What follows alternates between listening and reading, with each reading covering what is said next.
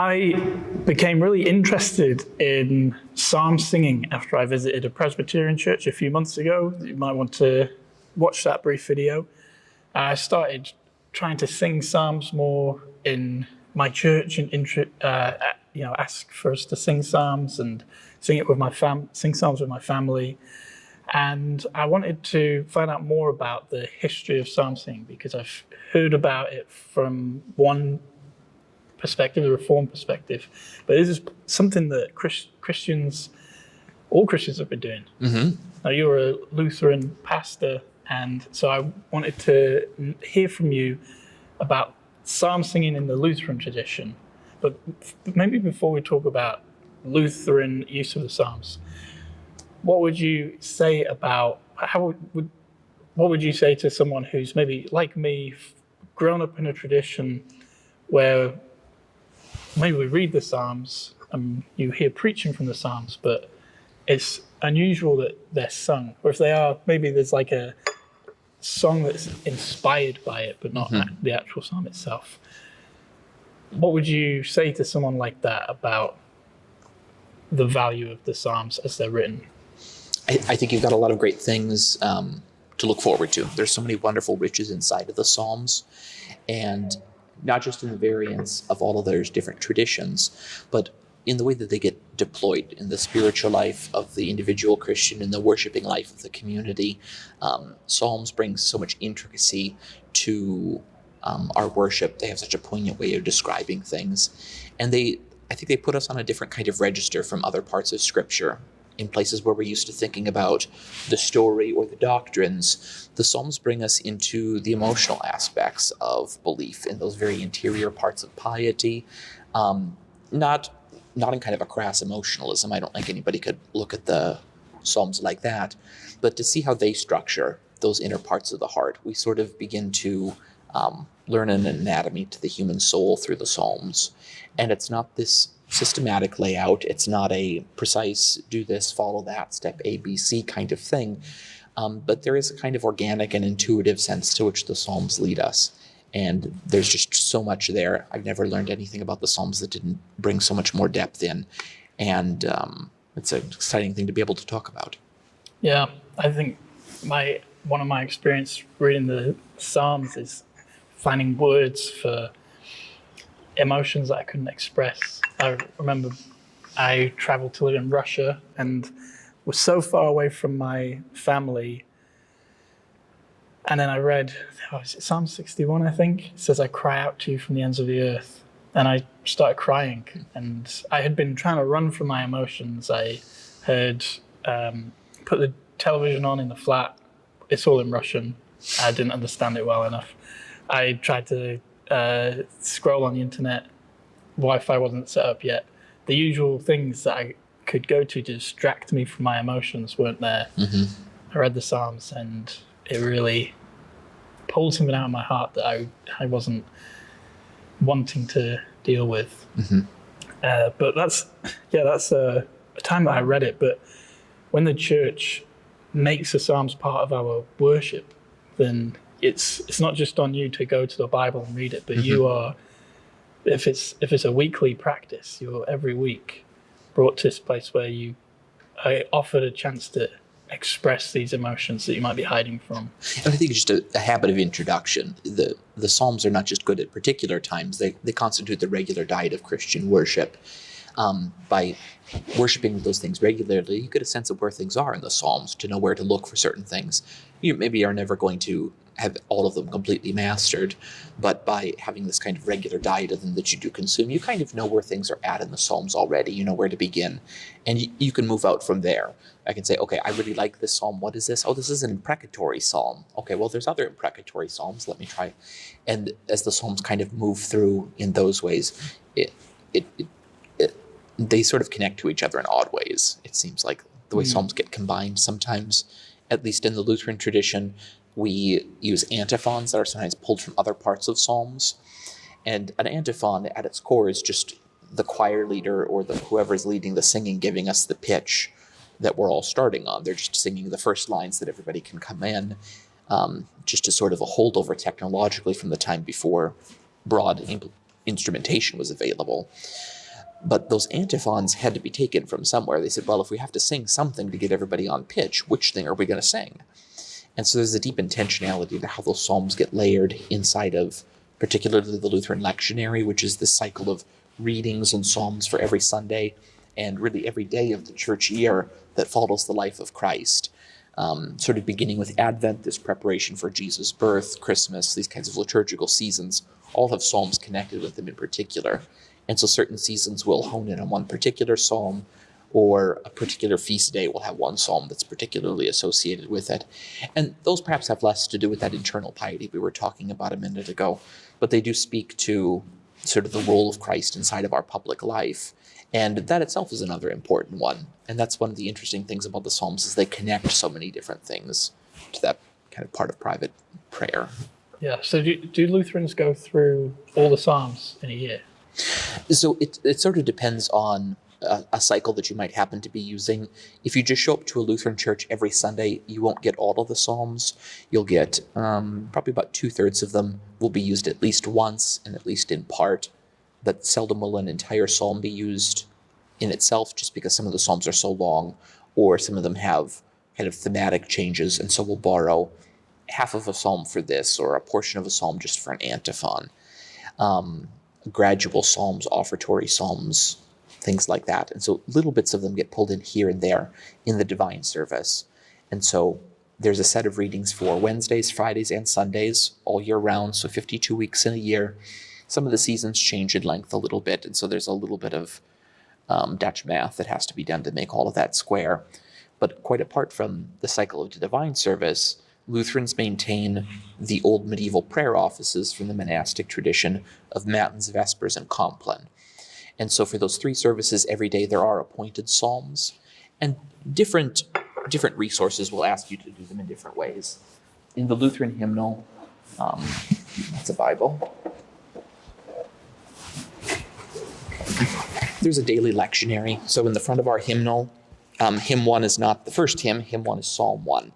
And so we don't have all of the psalms just because of length, but we do have most of them. I think they got about 85% of the psalms in there.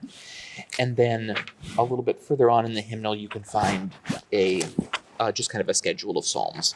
And so you get 3 psalms a day. That's 9 psalms total. And then across 30 days, you wind up hitting every psalm twice, I think, except for Psalm 115, which gets divided up into those smaller parts. And so inside of those 2 different cycles, Lutherans will hit all the psalms in that way, but you're going to get more of them in those daily cycles of prayer, Matins, Vespers, Compline, than you will in that Sunday divine service. But it's not coming to me very quickly here. We have the little bit of the psalm tones, so these are where you would sing those tones. It's not metrical singing. Okay, so here's the lectionary. It doesn't list any of the Gospels, though, here in this one. Yep, you would need an additional book there to have that kind of resource available. So the psalm singing I learned about from the Scottish tradition is metrical. Mm-hmm. I've learned what that means, but I assumed that all psalm singing was metrical. I thought you need a meter to sing. Right. So meter is actually a more common innovation. The idea of having all of your music being able to divide into meters that have a regular beat is a pretty novel idea. It's not completely unheard of, but in the ancient world, free verses were very common. So you get that in Shakespeare. Shakespeare is a combination of things written in free verse and things written in iambic pentameter. Those meters, iambic pentameter, trochaic hexameter, any of those kinds of things, can then be put onto a tune. And so a lot of those rhythmic kinds of speeches that you see in Homer and Virgil and things of that kind could be set to music, hypothetically, and oftentimes they were performed that way. There would be a drum or a pipe or a lute or something like that playing in the background as those things were recited, as you sometimes hear in movies from medieval periods where they have a little bit of musical montage, right? And somebody is reading something with a kind of a Celtic lilt to it as medieval sounding instruments play, which would have been not unknown in the ancient world, but it would have been associated more with kind of, I guess, folk music is that kind of metrical music, because folk music needs to be remembered, whereas sacred music in both the Greek context, what would become kind of the Hebrew tradition with the Avestan literature of that kind, those hymns can be written down and they're read off of paper. And so whether you're talking about the kind of folk music that people are remembering in their minds, you've got a bard who travels from town to town trying to remember as much as possible, and so those meters are really helpful, both for recalling everything, but also making the recitation helpful. Or if you have Hindu fire priests or Greek, the Delphic oracles, they're going to come out and they're going to have that hymn in front of them because they have a different context for music. And so the Psalms are going to change kind of depending on what the context is. But for most of church history, the Psalms were not written in meter, and so instead had different kinds of chants, whether that was plainsong or Gregorian, that were most common. But even in the early English period, we had Psalms being translated into what is today Old English, unrecognizable to you or I.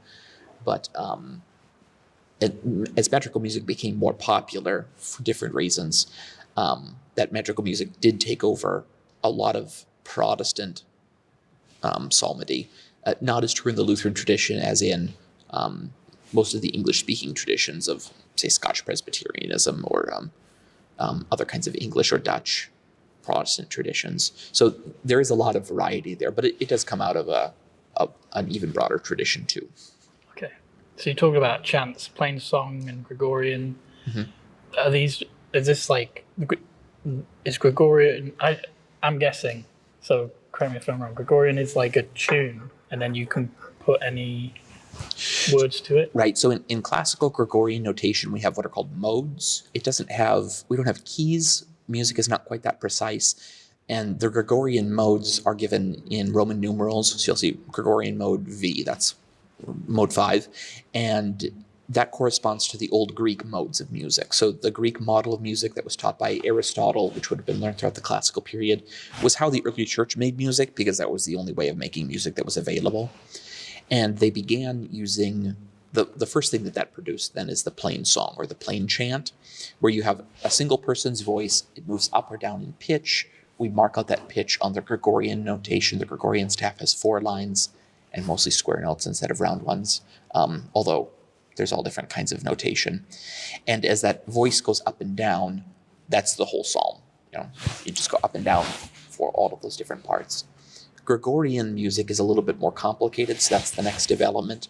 They say, okay, if we're going to have one person singing the major kind of contours of the melody, let's add some other voices in there, higher and lower, for accents, for harmonizations, for counterpoints eventually.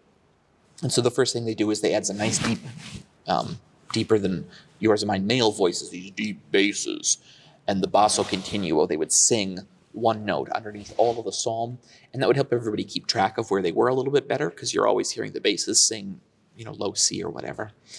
And as musical notation developed, people said, okay, let's make some more complex music. Let's give the melody to the tenors for this part, and then we'll have it switch back to, the boy trebles. Then we're going to give the melody over to the bass parts. That's where this kind of classical music really takes off from there. So that's one fork in the road. The other fork is the psalm singing that you and I do every day. So that kind of Gregorian psalm notation is what first brought the idea of musical harmony into the church, that you could have multiple voices and instruments making different notes, but it would all make sense because they fit into those chord structures. And so as that chord structure develops, we realize that the old Gregorian model of the tones is not complex enough to do everything we want to do with music. We need something that has room for more tones, that has room for more keys, that goes up and down in pitch a little bit more. And that ultimately turned into modern musical notation. We needed something that was more complex to denote all these different Gregorian tones. At that time, we've still got people singing in these kinds of harmonies, high voices, low voices, and a number of those were composed then into more metrical pieces. And so at this time, the larger orchestral kinds of compositions that we think of as classical music, really quite a bit before the classical period, are starting to use these 4-part harmonies that will become the standard for Lutheran chorales, Protestant hymnody. This is how Lutherans are going to sing A Mighty Fortress. This is how English Protestants are going to sing Amazing Grace. in these standard 4-part harmonies. Well, in the 16th century, particularly the Scottish Presbyterians lead the way on this, as they say, we love all of these tunes, they're very singable. They're things that people can remember, they've got a beat to them, they're great for public adaptation. Let's take some of the psalms and combine them with that kind of music. And they had to sort of fit the psalms into a shape because they have to fit into 8/6, 8/6 time. So we have 8 beats in the first line, 6 beats in the second, 8 beats in the third, 6 beats in the fourth. But that constant repetition, 14 beats divided between 2 parts, 14 beats divided between 2 parts again, meant that we could set those psalms to music. And so if all of your psalms are in English in 8/6 time, now you can sing them with any of those tunes that are also 8/6 time. And that's where we get that tradition of metrical psalm singing. But you have to remember that there's this whole separate tradition of non-metrical chanted psalms, which are kind of the bread and butter of church life up until that point, and in some traditions still remain the predominant form. And non-metrical is predominant in Lutheran tradition? I would say so, yes. Simply because we maintain a lot of those non-metrical psalms in our regular worship services, whether that's matins or vespers. Also, the Sunday Divine Service has a number of psalm propers. Sometimes those tunes get changed. And then we have kind of a modern version of, they're non-metrical, but they have a little bit of a meter to them. They come out of the American Neo-Baroque school. I'm not enough of a musicologist to tell you exactly how they work. But they have just a slightly more predictable melody. And as those predictable parts get repeated, then you can work refrains into the psalm text. So a lot of times in modern hymnody, we'll have the antiphon being repeated more time than once. And so in modern selections, not just of the Psalms, but of other parts of the Scriptures, there are canticles, the Song of Noah, the Song of Moses, the Sanctus, the Song of the Angels from Isaiah chapter 6. Lutherans are going to set all of those pieces to music as well, because those get used in our regular worship. So in the Sunday worship service, we have the Gloria in Excelsis, the song the angels sing to the shepherds before they go to see Jesus. The Sanctus, the Offertory is a psalm that sometimes rotates, sometimes it's not. And then American Lutherans always sing the Nunc Dimittis, the Song of Simeon. That's always our closing canticle after communion. Simeon holds the Christ child in the temple. God's promises are fulfilled. He gets to see the Christ before he dies. And so Lutherans say, we've held the body and blood of Christ in our hands in worship. We're going to sing Simeon's song now too. And so those canticles and psalms keep that non-metrical music alive in Lutheran vernacular. And so amongst traditional churches, you'll find that they really know quite a few psalms. They wouldn't think about them that way because they're not set up that way in our hymnal. We don't have a selection of psalms. There's just this psalm in this service, this canticle in matins, this canticle in vespers. And so they just kind of live inside of certain traditions. But if you go into a church and you ask, do you guys sing vespers? Do you know vespers? And they'll say yes. That means they're going to know the Venite. They're going to know the Magnificat. Psalm 45 is used very frequently. And so there's a lot of things you can kind of guess that they will know, but it does vary congregation by congregation. Okay.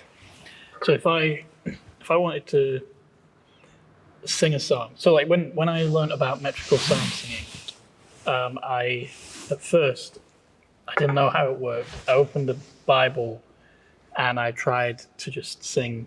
It didn't work because it didn't fit the meter.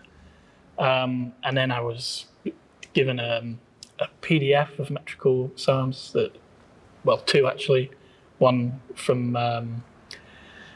like 400 years ago and then one from about 15 years ago. Mm-hmm. And I was given another PDF where there's hymn tunes for psalms, so I can look at a psalm, know what meter it is, and I look at the list of tunes, and I pick one I know, and me and my family can then just sing. Yeah. But if I wanted to try a Lutheran style, could I just open a Bible and then sing? Because my translation is not metrical. Sure. So if you open a Bible, you will not be able to sing any metrical music. I'm not aware of any Bible translations that use metrical translations predominantly. It'd be very interesting to see, and if I had to bet some money on it, I would say in the next 50 or 100 years we'll see one. We're seeing a resurgence of metrical translations of things. I just was reading the story of Galahad and the Grail by Malcolm Guite, who's a Roman Catholic, but he has set the story of Galahad back into meter, and he just wants it read aloud. So it's just for oral presentation, but you could set it to music. And he's trying to re-Christianize the story of King Arthur. So he's reintroduced all the sacramental imagery, all of this image of a kind of a Christian knight doing chivalry, protecting the poor and the weak. Anyway, I'm just saying it's a cultural trend that's redeveloping, and I'm seeing psalm singing return as well. I'm a big fan of sacred harp music, which has seen kind of a resurgence amongst young people, but also metrical psalm singing has become very popular. We tried it here at St. John last summer during the Trinity season. We sang one metrical psalm for every Sunday in Trinity, and we got to learn. We didn't learn any new tunes. We took hymn tunes that they already knew, but we combined them with those psalms. And that was a little tricky to begin with, simply because Lutherans are not used to metrical hymnody. It's not part of our tradition. It's almost all non-metrical. The psalm paraphrases and the hymns that we use, we treat them as hymns. We don't treat them as psalms. And so the Lord's my shepherd, I'll not want is obviously a metrical version of Psalm 23. Most Lutherans might not be able to tell you that, to be honest with you. They'd say that's just a hymn. It's in the hymns. And that's part of how we index it. That's a technological context problem for us, that they wouldn't know those things. But if you wanted to open up a hymnal and you did want to start singing psalms, you would have to know some of the chant tones. And you can sing anything once you know a few of those chant tones. And so in our hymnal, we have the modern chant tones. They are loved by some. They're hated by kind of our liturgical purists who want us to return to the old Gregorian tones, because the Lutheran Church used the Gregorian tones for 450 years. And so a lot of Lutheran music can still be used that way. And so you can open up your Bible, and depending on how it's notated, you usually need a Bible that has poetry broken up into separate lines. If you have one of those very dense Bibles where everything is in a single column, you'll find this very difficult. But as long as you have it broken up into lines where each line of poetry ends and then it starts a new line, as you usually see the Psalms notated, you can pick up any of the Psalms or any of the canticles, and you can sing those. It's a little different if you're not used to non-metrical music, but it is something that most people can pick up on pretty well. And so it's something that's easier to do probably in a group that's done it once before. In a sense, Lutheran music is kind of ecclesially focused. We have one church that does things one way. Music kind of spreads from church to church and pastor to pastor. But it's not something that anybody could not learn by themselves. If you just pick up your phone and you Google Gregorian tone 5 and you pick, you want to sing the Song of Noah, the Song of Moses, you can pull up Exodus and you can sing through it just exactly like that. And you probably wouldn't be the first person to do so. Maybe the first person using that English translation, but the non-metrical tones are very versatile once you've figured them out. So there's a higher barrier to entry with them, but once you've learned them, it gets much, much easier. Whereas metrical singing, lower barrier of entry initially, but you have to learn each new tune. And every new time you want to learn a new thing, you have to learn a whole new tune. So it's a pretty consistent effort all the way through. I think both are worth learning, both are worth doing. I think for most people, the metrical psalms are going to be easier. The hard part about metrical psalms is the psalms weren't originally written in meter, and it takes a certain amount of juggling to turn those psalms into something that can be sung that way. I think it's harder to make sense of the psalms when they're written in meter as opposed to singing them when chanted. And that is a trade-off there a little bit. You're always going to have a language structure that is a little bit more complex. However, that's not fate. We're waiting on another good English translation of the Psalms, and anybody could pick up and do that and translate it not just into 8/6 time, but could translate it really into any of the other kinds of meter, trochaic, hexameter. All of those different kinds of feet are the way of dividing words into different accents. So if you have 2 short accents and a long accent, or 2 short accents, all of those different ways of setting up syllables have particular names. Iams, trochees, spondes. Those are all just classical terminology, which you can learn if you want to. But if you just have an ear for music, if you can hear pitch, you can probably listen to Gregorian tone, whatever, and sing those things too. If you have a decent ear. Okay. Yeah, there is a metrical translation of Psalms that uses lots of meters. Okay. So the one that I use with my family is called Sing Psalms. Mm-hmm. It was made by the Free Church of Scotland, I think about 15 years ago. And so every time we look, what's our next psalm? What's the meter? Because it's not always 86, 86. Sometimes it's like 10, 10, 10, 10. Right. And I think each of those meters, they're different. They have a different internal essence. I never want to say that method is, separable from output. The way we choose to sing psalms, even in our choice of meter, is going to affect certain things. The 8/6 time has a particular sound to it, and a musicologist could tell you a little bit more. But the 8/6 has got a lot of variety. It can go up, it can go down, it can do a lot of things. But 10-10-10, which is the tune of, say, Diademata, Crown Him with Many Crowns, has a kind of regal nobility that's hard to capture elsewhere. One of my favorite tunes is King's Fold. I'm trying to think of a psalm or a hymn that would be recognizable. Anyway, that one is a common meter double in a minor key. It just shows the variety there of common meter. You have Amazing Grace, which is this stirring and yet noble kind of tune. There's a lot you can do with the 8/6 time. The short meter is a lot simpler even than that. There are some things you can only say in very simple terminology. And I think some psalms lend themselves to certain meters more than others, but we're waiting on the classical learning that would produce that. In the ancient world, they probably could have done that much more quickly. They just being more conversant with those kinds of meters, it's not something that we use as much anymore. But I think as we transition back to being a more oral culture, as we have social media being something that people watch and listen to on TikTok, Reels, YouTube Shorts, instead of being something that they read, we are going to be moving away from being as much of a word-focused culture in terms of visual words, as opposed to being auditory words. And so I think a lot of the metrical psalms are going to become more important as we transition back to a more oral form of Christian culture too. Yeah, I enjoy singing them with a meter. One thing that I have noticed though is that it's a bit like using the authorized, so the amplified version, where to try and make it fit the meter, sometimes you'll have, well, it's not as close to the Hebrew as it could be. So an extra clause might be added to make up the extra syllables. But if you did this non-metrical singing that is that you've been talking about in the Lutheran tradition and the ancient church, then you could sing something that is a lot more of a literal translation. So it's something that I would like to try doing. You've mentioned Gregorian, what was it, tone 5. If I learned the Gregorian tone 5, could I then just pick a psalm in ESV, sing it? You could sing the entire Bible if you knew Gregorian tone 5. And originally that was how the tones were planned out before microphones made large churches very easy, relatively easy to produce the sound everywhere. There was a real question of how do we get everybody to hear this whole thing without burning out the voice of the choir, the preacher, the reader, because to stand up there and to bellow out 4 paragraphs at the top of your voice is quite hard. Instead, singing allows us to hit the highest end of our volume without straining our vocal cords nearly as hard, because you're using the diaphragm to force out large amounts of air instead of using the throat to concentrate a smaller amount of air into a higher speed. And so by using that diaphragm instead of the vocal cords, you can produce a much higher volume for a much longer period of time. And so those chants were used for all of the Bible readings.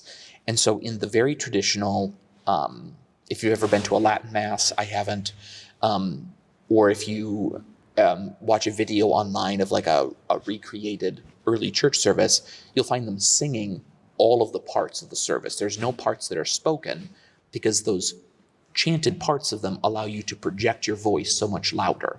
And so in a church, the person who is chanting the gospel reading is going to use a specific tone that's only for gospel readings. It's the only thing you get to use it for are the gospel readings and the words of institution. And a medieval hearer would have heard that. They would have said, oh, that's the gospel tone. And they would have probably been able to chant anything in the gospel tone themselves, simply because it would have been something they'd heard every time they went to Sunday worship, anytime they went to church on Wednesday or Friday. And then if they'd gone to church elsewhere for a feast day or your grandparents are having their, renewing their wedding vows or something. Every time you heard the gospel, that would have been the tone. And so it's certainly possible to learn. There was an entire, period of church history in which that was all that was really used. And it worked really, really well before we had microphones and before we had organs. And so it was a technological innovation, and it's one that's worth remembering. If you are ever in a building and the microphones go down and you need to conduct something, or you need everybody to hear you, a little bit of music is going to be a lot louder than anything else. And I think it adds a different character to worship too. You talked about reading psalms before. Once you've started singing psalms, reading them feels pretty wooden, doesn't it? They feel like things that need music. But as soon as you start to hear some other parts of the service with music set to it, everything else starts to feel a little bit plain in some ways.